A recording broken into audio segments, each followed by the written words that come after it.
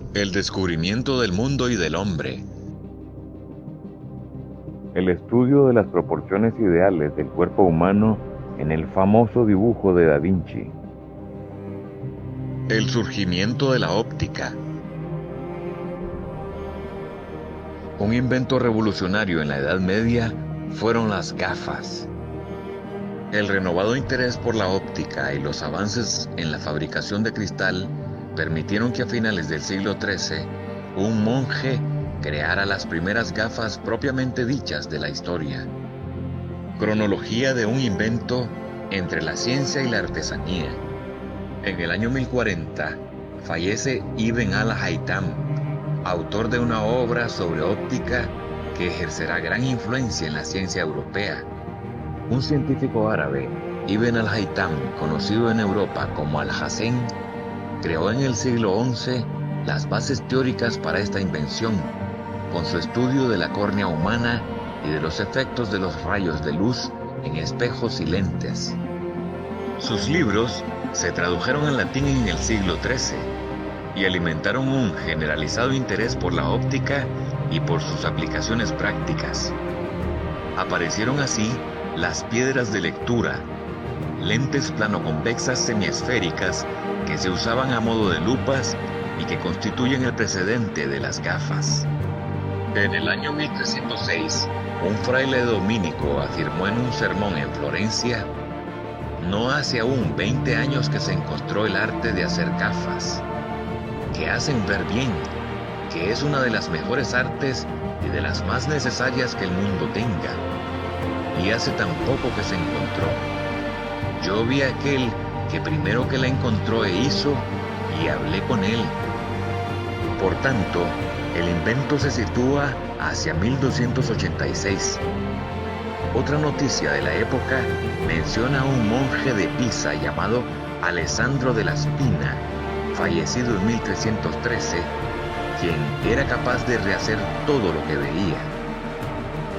Él mismo fabricó las gafas que otro había ideado antes, pero sin querer comunicar su secreto. Alessandro, en cambio, enseñó a todos la manera de hacerlo. Gafas para mayores y jóvenes. Estas primeras gafas consistían en dos lentes montadas en círculos de madera o de asta, unidas mediante un remache y que se colocaban sobre la nariz. Las lentes, de tipo biconvexo, solucionaban los defectos en la visión cercana como la presbicia.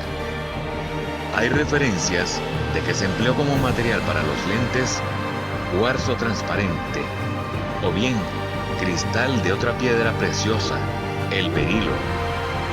Aunque las primeras gafas también se han vinculado con la técnica de fabricación de cristal a base de arena, potasio y carbonato de sodio, desarrollada en Bizancio y adoptada por los venecianos. Las gafas se generalizaron enseguida entre las personas mayores. Por ejemplo, el poeta Petrarca recordaba cómo hacia 1350, cumplidos los 60 años, perdió de repente su buena vista y se vio obligado a recurrir con renuencia a la ayuda de las lentes. En el siglo XV apareció un nuevo tipo de gafas, aptas para la visión lejana, esto es, para los jóvenes, como decía el duque de Milán en una carta de 1462, en una clara referencia a las lentes cóncavas que corrigen la miopía. En el año 1266, el monje inglés Roger Bacon traza los principios de las lentes correctoras, aunque no consta que los llevara a la práctica. En el año 1286, un monje de Pisa crea las primeras gafas, según afirma Fray Giordano de Pisa, en un sermón en Florencia. Y en el año 1352, un fresco en la Basílica de Treviso, cerca de Venecia, representa por primera vez un personaje con gafas. En el año 1458, Nicolás de Cusa alude a unas gafas con lentes cóncavas apropiadas para las personas miopes.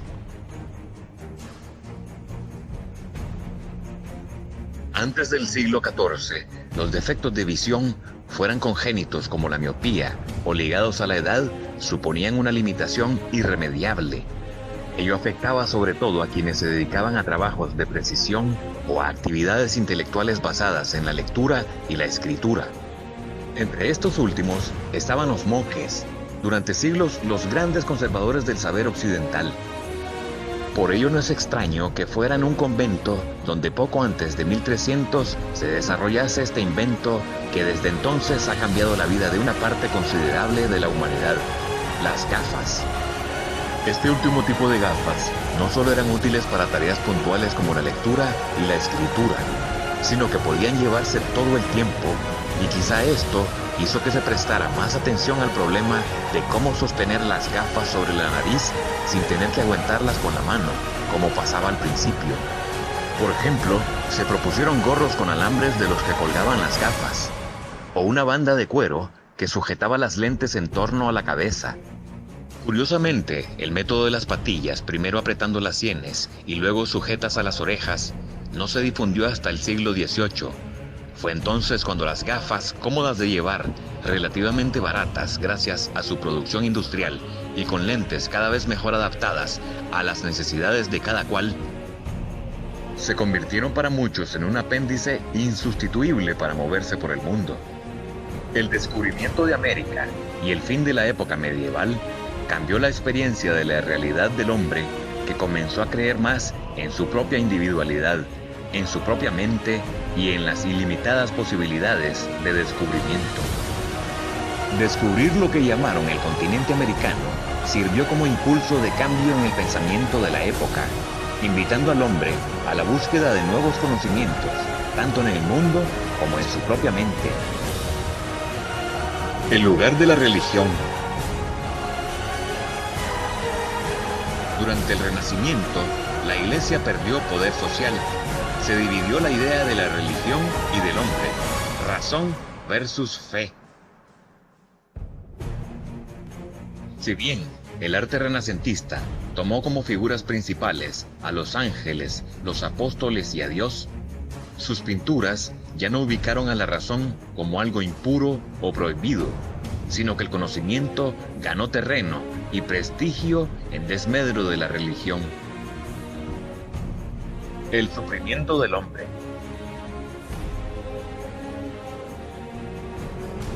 En la época medieval, el sufrimiento era considerado una consecuencia del mal accionar del hombre frente a Dios. El arte renacentista nació cuando este pensamiento estaba cambiando. A partir de esta etapa, el hombre sufre por falta de capacidad personal, por su ignorancia y por su propio actuar erróneo o perverso, y ya no por castigo divino. El resurgimiento del arte clásico. No se trata de una imitación, sino de un movimiento que rescata y resalta las costumbres y estilos clásicos por medio de la investigación, una reinvención del arte grecorromano. Conceptos que definen lo clásico.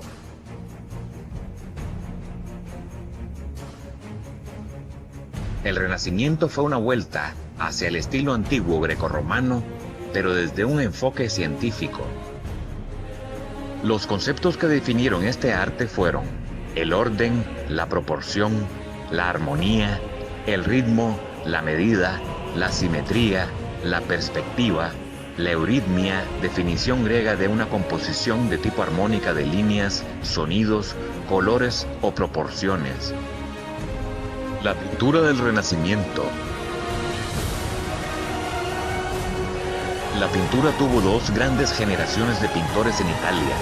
En la primera etapa se destacaron Masaccio, Paolo Uccello y Angelico. Durante la segunda etapa surgieron artistas como Piero della Francesca y Sandro Botticelli.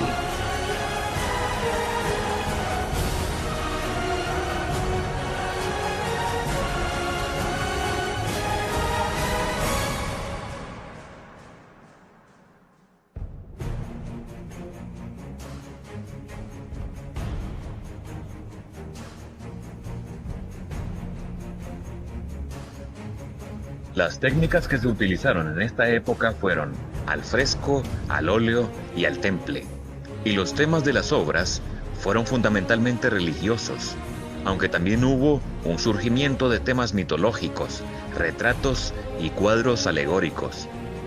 Se hizo mucho foco en la composición central del tema, pero también en el uso del color, el volumen y las formas.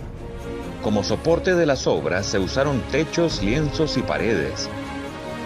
Durante el siglo XVI aparecieron en escena las obras de Leonardo da Vinci,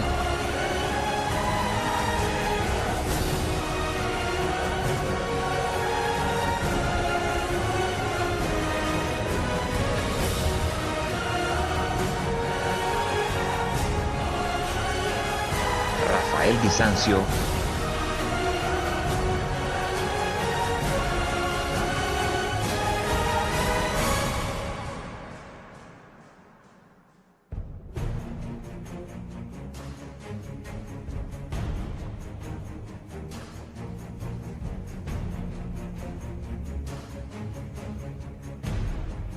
y Miguel Ángel Buonarroti.